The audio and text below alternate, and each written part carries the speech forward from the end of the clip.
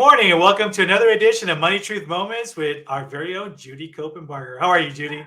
I'm great. How are you, Carlos?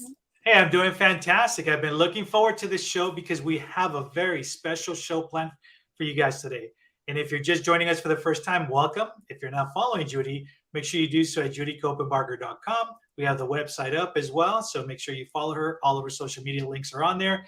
And also, there's a lot of wealth of information and resources that we're going to discuss a little bit later on in the show.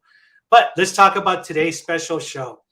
We've talked about a lot of great content, a lot of great stories of individuals and so forth. So one of the things that we wanted to make sure that we brought up today for those folks watching is, where are they now? Some of you have followed us from the very beginning. Judy's mentioned a lot of great stories for different folks, but we want to also, kind of touch a little bit about what happened to some of these folks, and maybe Judy can share a little bit of light. But before we do so, Judy, for our new audiences and our new viewers, I want to make sure that folks know who Judy is. So start us off by telling us, why'd you get started in all of this? Why do you do what you do, right? Why do I do what I do? I think it's the impact that I get to have. I've been blessed to be in the front row, helping people develop their financial futures and their family and create wealth and manage it and give it away and bless their families with it. And just being able to have a hand in that, just helping them technically and helping them ethically do that. It's just been so powerful. And after decades and generations of some of these families I've been able to work with, you see the fruit. You see where they start and you see their journey, and you help direct that journey so they can avoid mistakes and optimize what they're doing. Spend less money in tax, spend less money in fees, and then that's more for their family to grow, for their ministries to grow, for them to take care of their loved ones and the causes that they care about. And that's really, really impactful for me. And I say, the short answer to why I do what I do is legacy and making a difference. Tell us a little bit about also your legacy, right? Because I know we talked about this on the show, and there's new viewers that are not familiar with Money Truth Moments or Money Truth in Life, right? Which is really, folks, it's a #1 bestseller. So make sure we'll talk about that also a little bit later on in the show. But, there's folks in the finance world that are in it for the money. They're in it for the finance. And it also creates that relationship with folks that are very intimidated by people in finance, because let's face it, a lot of us don't really know. We know how to manage a checkbook, and that's probably the most basic thing that we normally do. But when you start getting into finances, investing, and everything else that we're going to look at our future to have a very secure future, a lot of us don't know who to talk to and all of that. And I know that, as we've talked about it in the show, you've always been about helping. You've always been about giving back and all that. And I know part of this is, as a part of the show, is for you to share all of that knowledge. But that's what I want folks to know. Tell us again, why are you doing this? I know it's about your legacy, but explain it a little bit more, please. Well, I have to start with my legacy is really my family, with our 5 children that we've raised, and watching them have an impact in their own ways is like #1. And it's just so rewarding. But my professional legacy is really bringing all the truth about money, which is, familiar. It's the book, it's the online program, but bringing the truth about money, how money moves, how you can make your money work for you, how to avoid costs that you don't need to have, how to navigate the financial world out there. Most of the information that people attain, not everyone was blessed to have parents that taught them all these things, or an economics background or a financial degree. And so you kind of learn it by making mistakes. You learn money stuff by, that hurt, and I had to, rebuild from that. Most people learn that way, which I think is just terrible. And so I set out years ago to be able to help not only my clients, but the world out there. And so I've always had a very educational approach to this. And when you know better, you do better, right? Mm-hmm. And so I've always done a lot of seminars and workshops and a lot of writing, and help people learn about money, help them teach their kids early in life about money concepts and how to get it right. And so I would say that's my legacy for the world. And a lot of these ideas work. First of all, they're relevant. And that's one thing missing in the financial world is relevance. There's a lot of technical, like what to do, but then you go home and you go, well, how do I do that at my house? Right? I understand the concept, but how do I do that at my house? And then when you go to get advice, a lot of the advice you get is ridden with conflict of interest. Somebody's going to sell you something or make a commission off of what you're doing or make recommendations that are good for who? You, Mhm. maybe. Um, and so that some of those things are not optimal in the financial world. And so I just set out to bring something as part of my legacy to people that where they can have an objective view of things, where they just know how it works. They know enough to ask the right questions of their financial professionals, whether it's investments or insurance or 401ks or wills, whatever, just to bring them good information so they know how to distinguish concepts and ask the right questions and get them on the right path. Awesome. And so now that you explain legacy, folks, and I hope you guys are taking some notes on here because we're going to get to the fun part of the show as well too, which is let's pick one of your clients that we've discussed over the last several months, and let's talk about where are they now. Tell us a little bit about how they got started and now where they are. Well, we'll start with where they are now, and then maybe we'll go back in time. So one that comes to mind right now is this young couple called the Richards. And they're just an amazing on fire couple, entrepreneurial. They've been married several years, no kids yet, but they're probably getting ready to think about that. They're both degreed, well educated, just creative, wonderful young couple. And they're in their mid 20s. I think they're both 26, 27, right in there right now. And they have about $100,000 in the bank, in their various accounts. They each have over $25,000 in their retirement accounts, and they're not even getting started yet. And that's where they are now. And they just have goals, they have plans, they have a very detailed spending plan, and they help other people do that because they've just mastered it. And the concepts that we worked on together as they were coming up, even before college, but through those college years, they worked. And one of the things that they did early and they did often and they did correctly was they started putting money, even when they didn't have much income, they started putting money in their Roth IRAs, which is one of the tax-free vehicles that we have left. IRS gives us a few goodies, and that's one of them. And so even when they would make a little bit of money in college doing odd jobs or helping around campus, or the girl of the couple did note taking in college. She figured out that she could take classes really for free, but she would take notes for people that needed help with that. They were somehow disabled. And so she would take notes and be able to audit all these classes and get paid to go there. And it was pretty good money. It wasn't thousands and thousands, but it was pretty good. And so she would take a portion of her income and put it into her Roth IRA, even when they had those little jobs through school, when they were interning and things like that. And then, of course, when they got real jobs, graduated and got married and got real jobs, they just kept that pattern up of putting a certain percentage of their money away every single paycheck. And it doesn't take long for those little bits to add up. And every time they get a raise, they add a little more. And then they get a raise and they add a little more. Start a business, add a little more. And so that's something that just that diligence, that discipline, knowing what to do, has really made a difference in them. And yeah, I can imagine by 30, they're going to be like, probably have as much of a nest egg as most people, when they retire. And then the sky's the limit for them.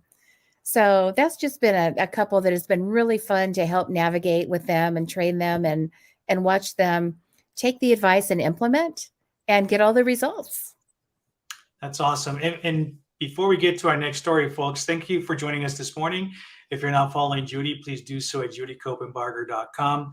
Also, all of our social media is there. But, we're talking about the website. Let's talk about your website. Tell folks what's on your website. What can we expect when we get to your website? Well, judycopenbarger.com has all kinds of videos. It has access to all the YouTube videos. There's some articles there that could be very helpful depending on where you are in life. And they're from beginning, like we're just thinking about getting married, where do I start, to very advanced tax concepts and succession planning and things like that. But I think that the most valuable portion of the website is the access that you can get for the portal to the Money, Truth, and Life online mastery program. And there's a little green button there that takes you right into that program, which is full of courses of all the pillars of personal finance for small business, for ministry, and for personal family planning. Whether it's insurances or estate planning or taxation, mitigation, investments, all of the employer plans, navigating all of that. There are courses in all of those areas, and you can take a class at a time, or you can take the whole course in each area. But it's full of information that's very relevant, very practical. It's full of stories of, people that did it well, people that didn't do it very well. And so sometimes it's just helpful to learn from, someone else's mistakes, so you don't have to go make it. And I've had the feedback over the years of people that will watch these videos, take notes, maybe read the book or part of the book. And then it's like, you know what? I read that just in time. I watched that just in time. We were about to do this. We were down this path and we were going to do this product or do this plan. And because we read or watched, we took a different path. We were able to kind of save ourselves from, a mistake, maybe a costly mistake, or, could have set them back and have a little financial implosion or a big one. And so that's why I do this. That's why I have it out there. But it's all there on the Money, Truth, and Life online mastery program that you can access through judycopenbarger.com. So take a look. Most of it's free. So take a look. I think it will be very helpful. It's worth passing along as well. Yeah, and also, folks, just so you know, there's also lots of videos on her YouTube channel as well that are also on great topics. So make sure you have a chance, you check that out as well too. So we are talking today on a very special show, Where Are They Now? And Judy just shared just a great story. So let's move on to another person that you want to share about. Let's see. Let's talk about the Taylors. So the Taylors currently, they're not multi-bazillionaires, but they will be. And that's a legal term, bazillion. When we started working together many years ago now, I'm thinking maybe 6, 7, 8 years ago. I knew them before that, but just not closely. And so they were referred in because they had, some changes, financial changes in their world. And they were getting their family going. They both are highly educated, have very high paying jobs, and they were doing well already. But they both came from cultures where they didn't invest their money. You have a house, you have a little 401k at work, and a lot of money in the bank. Pardon me. And so they were doing that. They had quite a bit of cash, which, wasn't doing anything. The interest was so low. And they knew they needed to do something, but they had a lot of fear and a lot of anxiety around investments. Even investing in like a second property really made them nervous. And so they were sitting on, at that point, maybe $250,000, which is fantastic. And they had plenty of income to suit their needs. And so they came in and said, we really need a roadmap. We really need a plan. We need to pay less tax, because with the high income, it was really hitting them, which isn't a problem now. And we just really want to get it right. So they came in and they had so many concerns about the market and stocks. And we've heard things about that. And we're hearing things about this Bitcoin thing, which was just kind of emerging at that time. And we're hearing things about, should we just buy gold and silver and like put it in our safe? And what do we do? We really need a path. We need a plan.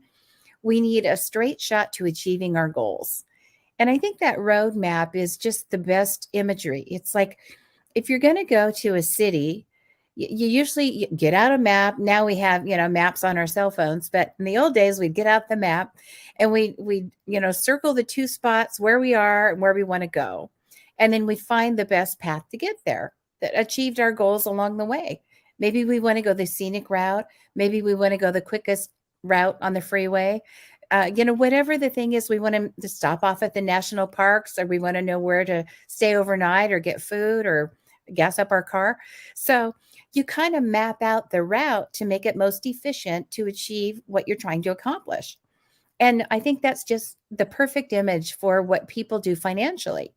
People that just get in the car and start driving might ultimately get to their destination, but it might not be optimized. It might take longer, it might cost more.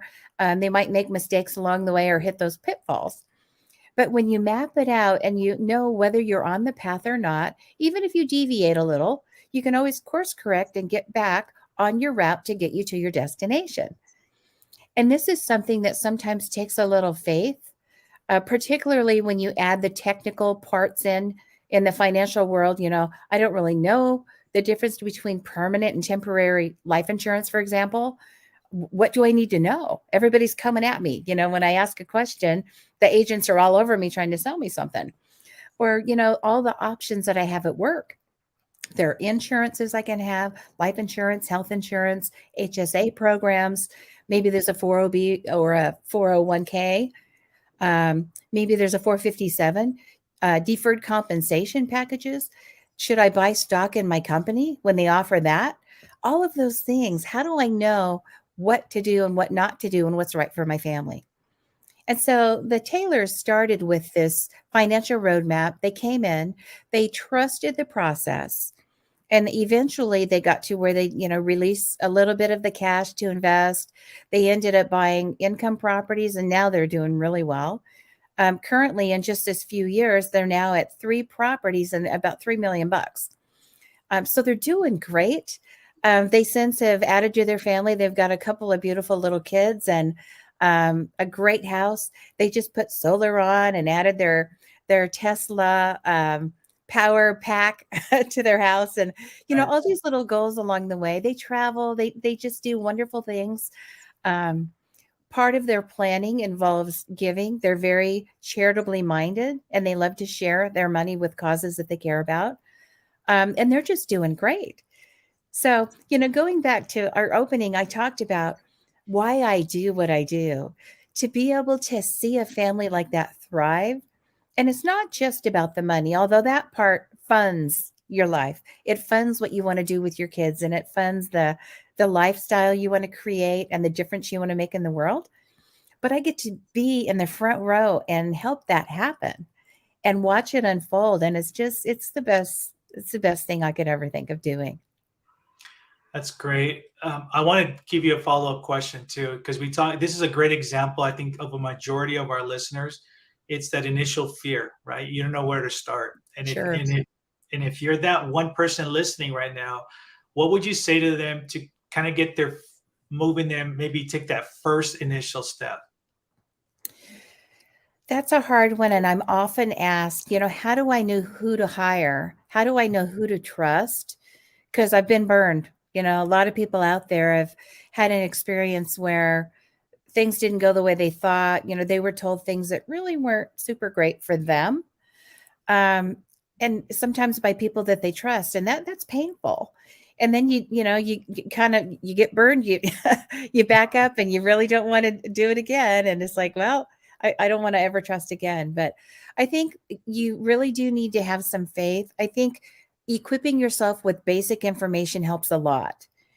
So, for example, if you're going to go in for life insurance is a big one because there's so many agents out there selling the products. And it's done on a kind of a development scale where everyone who deals in insurance for the most part is an agent, and they're in sales. It's the sales part, which is just good to know. But when you know the distinction of the different kinds of life insurance or health insurance, and you know how the money moves inside of those products, just the basics of that. You don't have to have a degree in that, but just to have the basics. Then when someone is sharing, some quotes with you or trying to, help you purchase some or whatever, you'll know the questions to ask and how to make sure the decisions are right for you.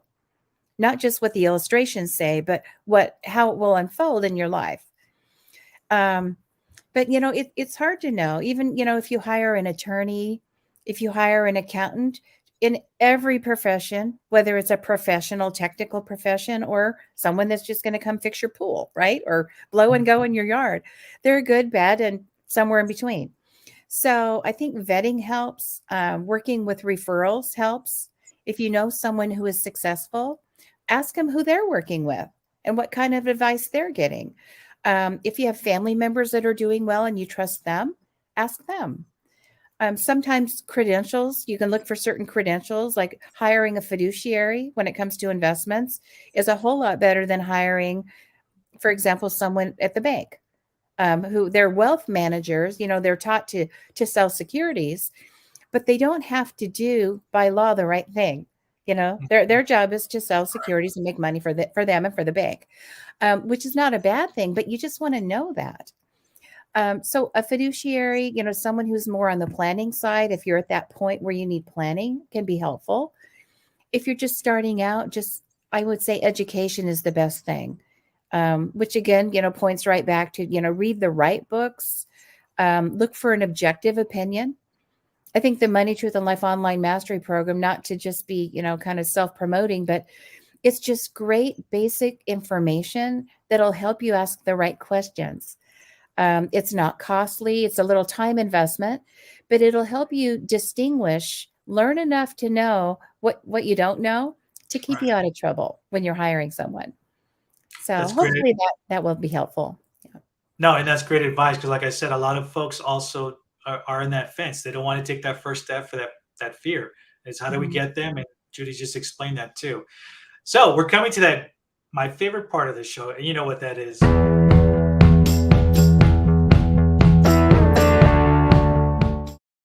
Challenge time. What have you got for us today? It's challenge time. Today the challenge is going to be mud. It's going to be clear as mud. And that happens to be the acronym that popped up when I wrote down the challenge that I was thinking about. So when I was reflecting about the Richards and the Taylors and just their journeys, where they've come, they're at different stations in life, one starting out, one, about midway through, kind of peaking, probably. There are three things that come to mind about why they both were successful where they were. And the first thing is mindset. So, you talked a little bit about people are, they come in with this anxiety or kind of fear. It's like, I've been burned. What do I do? Where do I start? I don't want to do something different because it's the unknown. So the first thing is mindset, getting a can-do attitude and then clearing away all of the negative stuff that may have been in that financial space. I made mistakes. I have shame around that. I have fear around that. Blame, blaming your spouse, blaming your parents, blaming whoever, didn't make your life perfect. And we all have that stuff. So I think the mindset's the first thing to get right. So that's number one on your challenge. The second thing is gaining understanding. So knowledge for yourself, whether it's, reading a book, taking a class, watching a video like this, learning something that will help you avoid a mistake or make the right decision, but also being able to not only rely on your own knowledge, but the support of other people, professionals who can help you, successful people in your neighborhood, in your church, at your work, people who are doing it right and not just on the outside, but on the inside, and finding out what they do and finding out who they work with and what they do. So the second thing is find that support, the understanding you need either from other people or from your own understanding. And then the final thing is diligence. And diligence is like the young couple, right? The Richards is like, start small, do something. Nike, just do it, right? Start small, be consistent. If there's a payroll deduction option at work where you put just $50 a month in, or $500 a month, or $5,000 a month, whatever it is, do something. And it's amazing how time is your friend. So you want to really have that diligence, that discipline, that ongoing plan that you have. And that's it. So it's mindset, understanding, and diligence. That's your mud. So hopefully that's clear as mud for you. That's Where'd you awesome, go? folks. That's awesome. So you've heard the challenge. Please make sure you share some of your concerns, some questions if you have about the challenge. We would love to address them as well live on the show. Remember, we are here every Tuesday morning at 8 a.m. And if you're not following Judy, do so at judycopenbarger.com. She discussed some of the great resources available on her site. And we look forward to seeing you guys next week. Any parting words, Judy?